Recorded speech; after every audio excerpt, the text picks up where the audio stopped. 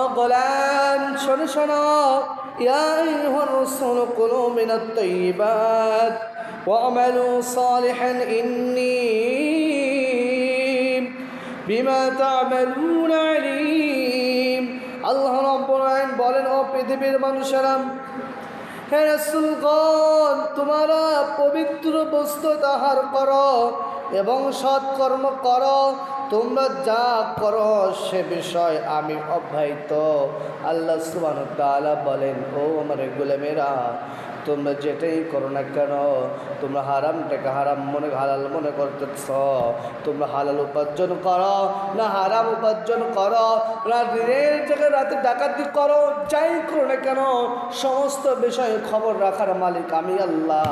একান্ত আপনজনেরা আমার, আমি যদি আপনি প্রশ্ন করতে চাই, এই যে আমরা মানুষ যখন ঘুমিয়ে যায়, কেউ যদি চুরি করে আমরা কি ঠিক পাই বলেন? কোনো মানুষ চুরি করলে আমরা কি ঠিক পাই? আমরা কিন্তু কোনো মানুষ চুরি করলে ডাকাতি করলে যেই বাড়ি ডাকাতি করে যেই বাড়ি চুরি করে তারাই শুধু কিন্তু ঠিক পাই। কিন্তু অথচ যদি আমার এই মহল্লায় চুরি হয়, কিন্তু আমার পাশের মহল্লার লোক কিন্তু ঠিক পাই না রাইতে। কিন্তু আমার আল্লাহ সুবহানাহু ওয়া তাআলা বলেন, ও গোলামেরা, তোমরা যা করো না কেন, যখন যেটা করো না কেন, আমি আল্লাহ সুবহানাহু ওয়া তাআলা তোমাদের সে বিষয়টুকু অটল থাকতে পারে। একান্ত আপনজন এখান থেকে প্রশ্ন করলে আপনি বুঝতে পারেন, ভালো কাজের আল্লাহ সুবহানাহু ওয়া তাআলা সবাইকে দিয়ে করে না। ভালো কাজ আল্লাহ সবাইকে দিয়ে করে না, এবং খারাপ কাজটাও আল্লাহ সবাইকে দিয়েই কি করে না। একান্ত আপনজনেরা আমার, আমরা হয়তো মনে করি আমরা টুপি আল্লাহ সবাই মনে হয় ভালো, এটা মনে করি কি করি না বলেন? একান্ত আপনজনেরা আমার, সার্টিফিকেট শুধু টুপি না, সার্টিফিকেট শুধু রাসূলের দাড়ি না, সার্টিফিকেট শুধু রাসূলের জুব্বা না, সার্টিফিকেট রাসূলের চরিত্র বা চরিত্র আপনাকে আমাকে আনতে হবে। একান্ত আপনজনেরা আমার, আজকে আল্লাহ রাসূল সাল্লাল্লাহু আলাইহি ওয়াসাল্লাম বলেন, ও পৃথিবীর মানুষেরা, ও আমার উম্মতেরা, তোমরা হারাম থেকে দূরে থাকো। যদি হারাম তোমরা কোনো জিনিস তোমরা খেয়ে থাকো, ওই হারাম খাওয়ার পরে তোমাদের শরীরে যতটুকু রক্ত হয়ে যাবে, ওই রক্ততে গোস্ত যতটুকু হবে, অতটুকু জায়গা আমার আল্লাহর জান্নাতে যাবে না। বলেন না নাউজুবিল্লাহ। একান্ত আপনজনেরা আমার, তো বলেন তো দেখি, রাসূলের কথা কি মিথ্যা? আমার আপনার কথা মিথ্যা হইতে পারে, কিন্তু রাসূলের কথা কোনোদিনও মিথ্যা হয় না। একান্ত আপনজনেরা আমার, আল্লাহ রাসূল সাল্লাল্লাহু আলাইহি ওয়াসাল্লাম বলে গেছেন, ইন্নাল উলামা ওয়ারাসাতুল আম্বিয়া, নিশ্চয় আলেমগণ পয়গম্বরগণের ওয়ারিস। আলেমরা কাদের ওয়ারিস? আলেমরা নবীর ওয়ারিস। ভাইরা আমার বন্ধুগণ, এখন কিন্তু নবী কিন্তু বেঁচে নাই, সাহাবে ইকরাম কিন্তু বেঁচে নাই, তাবেঈন কিন্তু বেঁচে নাই, খুলাফায়ে রাশিদিন কিন্তু এখন বেঁচে নাই। এখন দাওয়াতি কাজ করতেছে, কোরআন হাদিসের হক কথা বলতেছেন এক শ্রেণী আলেম ওলামাগুলো। কই আমি বানিয়ে বললাম কথাগুলো? তো আওয়াজ দেবেন আপনারা। একান্ত আপনজনেরা আমার, কিন্তু বড় দুঃখ লাগে ওই সময় আমরা এই বাংলাদেশটা না, এই পৃথিবীতে দেখেন অনেক টুপি রয়েছে। কি টুপির কি কম আছে বলেন? টুপির কিন্তু কম নাই। কিন্তু দেখেন, আমরা সবাই বলি যে আমরা বাংলাদেশে ইসলাম কায়েম করব। কি কায়েম বলেন? ইসলাম কায়েম করব। আমরা বাংলার জমিনে কোরআনের আইন দিয়ে বিচার করব। আমি মনে করি এই সমস্ত টাটকা মুনাফিক করে ভালো মানুষের কথা বলতে পারে না। কারণ কি, নির্বাচন হওয়ার পরে আপনি একটা দিন পার্লামেন্টে শুনেছেন কোরআন আইন দিয়ে বিচার করতে হবে? কোনো এমপি কি বলেছেন? কোনো মন্ত্রী কি বলেছেন নামাজ না বলে জেলে যেতে হবে? বলি নাই কিন্তু ভাই। ভোটের আগে কিন্তু বলে গেছে আমরা আপনাদের অধিকার আমরা বুঝিয়ে দেব। কি বলছে কি বলছে না? বলছে কিন্তু ভাই, এখন কিন্তু সে অধিকার আমরা পাচ্ছি না। একান্ত আপনজনেরা আমার বড় দুঃখ লাগে, রাসূলের সার্টিফিকেটকে নিয়ে এতবারে মিথ্যা কথা বলে আমাদের সমাজে বাস করে যাচ্ছে। তো যাই হোক, আমি যে কথা বলতে চাচ্ছিলাম, আল্লাহ রাসূল সাল্লাল্লাহু আলাইহি ওয়াসাল্লাম বলেন, তোমরা হারাম থেকে দূরে থাকো। কি থেকে বলেন? হারাম থেকে দূরে থাকতে হবে। কর্মচারীর ন্যায্য আপনাকে পাওনাটা আপনাকে বুঝিয়ে দিতে হবে। কারণ আপনার বাড়ি একজন লোক কাজ করে, সকাল থেকে সন্ধ্যা পর্যন্ত মানুষটা কাজ করতেছেন, বিনিময় কি শেষ জন্য বলেন তো দেখি। আমি আপনার বাড়ি যদি কাজ করে, আপনি আমার বাড়ি যদি কাজ করেন, কিসের জন্য আপনি কাজ করবেন? অর্থের জন্য কাজ করবেন না? যদি আমরা ওই অর্থটা যদি তাকে কম যদি দিই, আচ্ছা বলেন তো দেখি, ওই লোকটা আমার পর আপনারা খুশি হবে কিনা বেজার হবে? কথা বলবেন। খুশি হবে না বেজার হবে?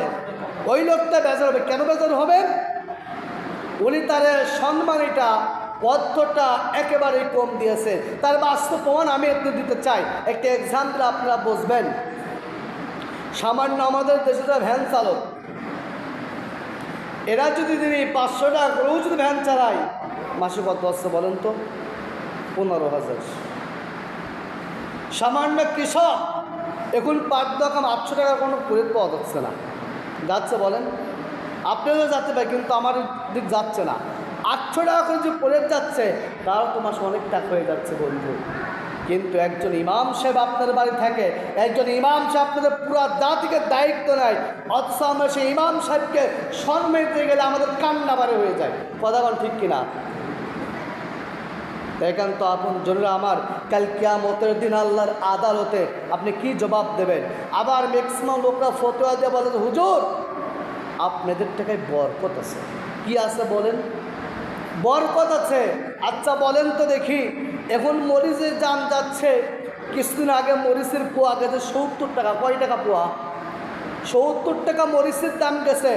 এবার আমি যদি বলি আমি অমুক মসজিদের খতিব, অমুক মাদ্রাসার শিক্ষক, আমি তো হুজুর, আমার টাকার বরকত আছে মানলাম, তাহলে আমার একটু কম দেন। আচ্ছা বলেন তো দেখি, ওই মরিচ লাইকে আমার কাছে কম নেবে? সে কি বলবে যে আপনি 70 টাকার পোয়া আপনার, সেখানে আপনি 40 টাকা দেন? বলবে? তাহলে এটা তো বলবে না। কিন্তু আমি আপনি কেন বলি যে আমি ইমাম সাহেব এত টাকা বেতন দিই, 5,000 টাকা বেতন দিই, বা 1500 টাকা বা 1000 টাকাও দিই, কিন্তু ইমাম সাহেবরা তাদের টাকা বরকত থাকা কীভাবে? একটা কথা মনে রাখবেন, ওমা মিন দাব্বাতিন ইল্লা আলাল্লাহি রিজকুহা, রিজিকের মালিক মহান আল্লাহ। কিন্তু এই কথা বলছে বারবার আল্লাহ, কিন্তু এই বেলে এটা না যে রিজিক নিয়ে আমি চিন্তা করব না। রিজিকের মালিককে বলেন আল্লাহ, কিন্তু আল্লাহ বলে বান্দা চেষ্টা কর, চেষ্টা কর, আমি আল্লাহ সফলতা তোকে দেব। কিন্তু আমরা চেষ্টাও করতেছি না, আবার বলে আল্লাহ আমার তো দিচ্ছে না। দেখেন তো আপন জন্য আমার, এবার চেষ্টা আপনি কীভাবে করবেন?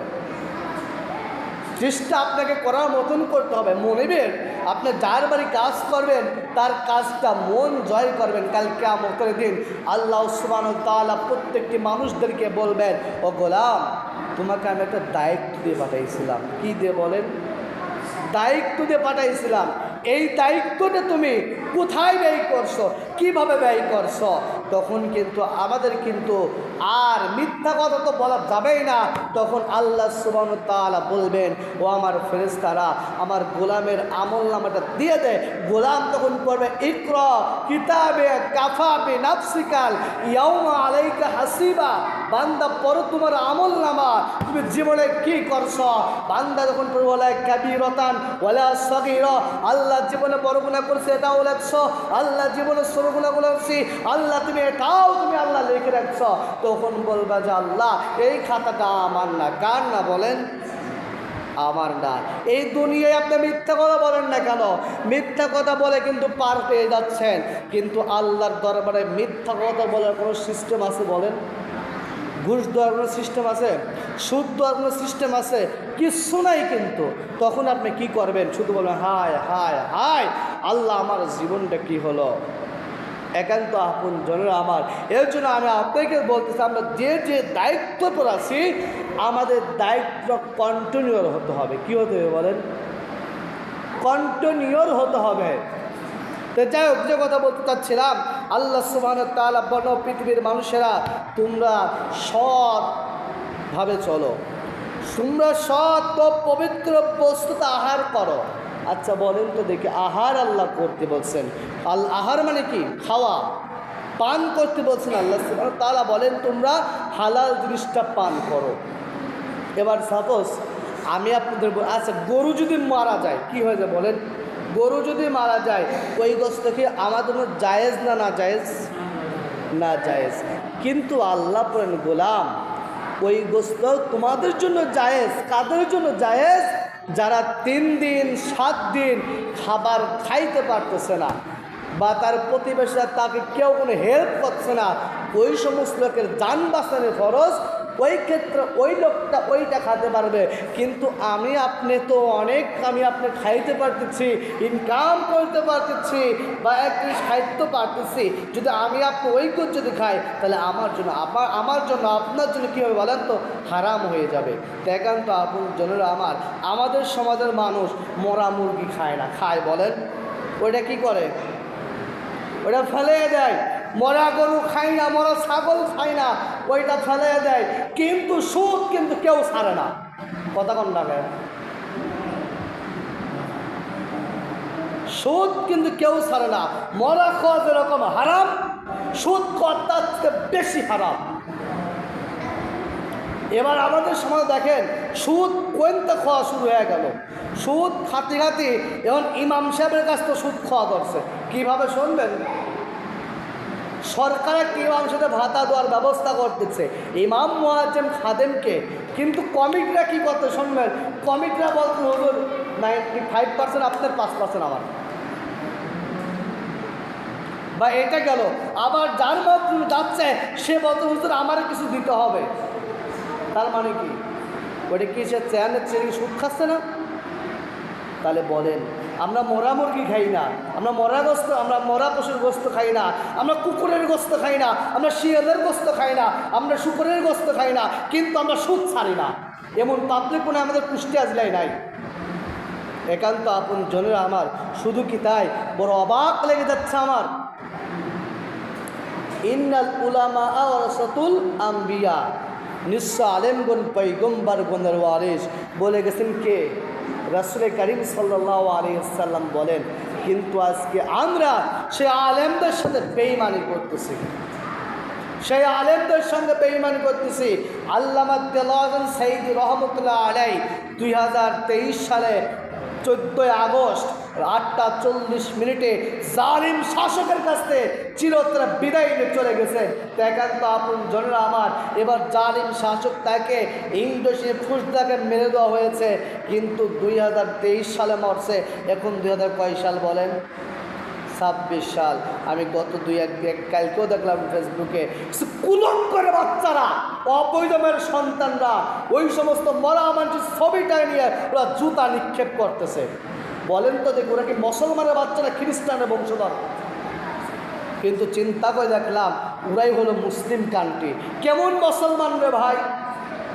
উতুল্লিম বাদা যালিকা জানিম। হে নবী, আপনি বলে দেন ওরাই হলো পিতৃহীন বংশের অবৈধ মায়ের অবৈধ সন্তান। অবৈধ সন্তান মানে কি আমরা কি বোঝাই? জালুর সন্তান। জালুর সন্তান মানে আমরা কি বোঝাই? বাপের পরিচয় নেই, মার পরিচয় থাকে না, এটাই তো আমরা বোঝাই। কিন্তু এবার বাপও আছে, মাও আছে, তারপরে জালুর সন্তান কে বা হয় বলেন তো দেখি। একটা জিনিস আপনি মনে রাখবেন, যেই সমস্ত মানুষগুলো ইসলামের বিপক্ষে কাজ করে, রাসূলের সুন্নাহর বিপক্ষে কাজ করে, কোরআন আর সুন্নাহর বেঈমানি করে, আলেম ওলামাদেরকে যা মিথ্যা অপরাধ দিয়ে বেড়ায়, যদি সে এই কাজটা না করে, যারা বরাবর সবই যা জুতা নিক্ষেপ করে, ওরা হলো আল্লাহর কোরআন বলছে নিঃসন্দেহ জালুর সন্তান, জুতোর বাপও থাকুক আর মাও থাকুক। কারণ ভালো মায়ের সন্তান কোনোদিন পারে না একটা মরা মানুষের ছবিটা নিয়ে জুতা নিক্ষেপ করতে। ভালো মায়ের সন্তান কখনো পারে না কোরআনটাকে অপমান করতে। ভালো মায়ের সন্তান কখনো পারে না একটা মানুষকে অপমান অপদস্থ করতে। একান্ত আপন জনের কথাগুলো তিতে লাগতে পারে, কথাগুলো তিতে লাগতে পারে, কিন্তু বাস্তবতা আপনি খেয়াল করে দেখেন, ওমা মিন দাব্বাতিন ইল্লা আলাল্লাহি রিজকুহা। আল্লাহ বলল, গোলাম তুমি আমার কথাগুলো, আমার হক কথাগুলো মানুষের দ্বারা দ্বারে বলে বেড়াও। রিজিক নিয়ে কোনো টেনশন করো না, রিজিকের মালিক আমি আল্লাহ। একান্ত আপন জনেরা কথা না বলে ভালো হতো। আমি মনে করি আমাদের শ্রেণীতে 2 শ্রেণী আলেম পাওয়া যায়। কয় শ্রেণী বলেন? 2 শ্রেণী আলেম পাওয়া যায়। এক শ্রেণী আলেম ওলামাগুলো আল্লাহর কসম করে বলতেছে, আমি হক কথা জীবনেও বলতে চাই না। কারণ কি? হক কথা বললে ওদের চাকরি খায় না, হক কথা বললে ওদের খাওয়া হয় না। এর জন্য হক কথা বলতে চায় না। ওরা বাপ দাদার 14 গোষ্ঠীর কিচ্ছা টানা শুরু করে দেয়। কিন্তু আল্লাহ কি বলতেছেন, ও গোলাম তুমি আমার কোরআনটাকে মানুষের দ্বারা দ্বারা বুঝিয়ে দাও। যদি আমি আপনার না বুঝিয়ে দিই, কাল কিয়ামতের দিন আপনারা তো বলবেন যে আল্লাহ আমাদের খতিব সাহেব আমাদেরকে কখনো তোমার হক কথাগুলো বলি নাই, শুধু তেলে কথা চলে গেছেন। কাল কিয়ামতের দিন আমি কি জবাব দেবো আল্লাহর কাছে বলেন তো দেখি? আর আমি যদি হক কথা না বলি তাহলে আমি তো আল্লাহর কাছে অবশ্যই কাজে দাঁড়াবো। আর যদি হক কথা বলি এরপর আপনাদের বলতে পারবেন যে আল্লাহ আমাদের ইমাম সাহেব বলি নাই, বলতে পারবেন? আর যদিও বলেন আল্লাহ ফেরেশতা ভিডিওটা চালু করে দেয়, তখন আপনি কি জবাব দেবেন? দেখেন তো আপন জনের আমার, তা আমি আপনাদের বলতে চাচ্ছিলাম আল্লাহ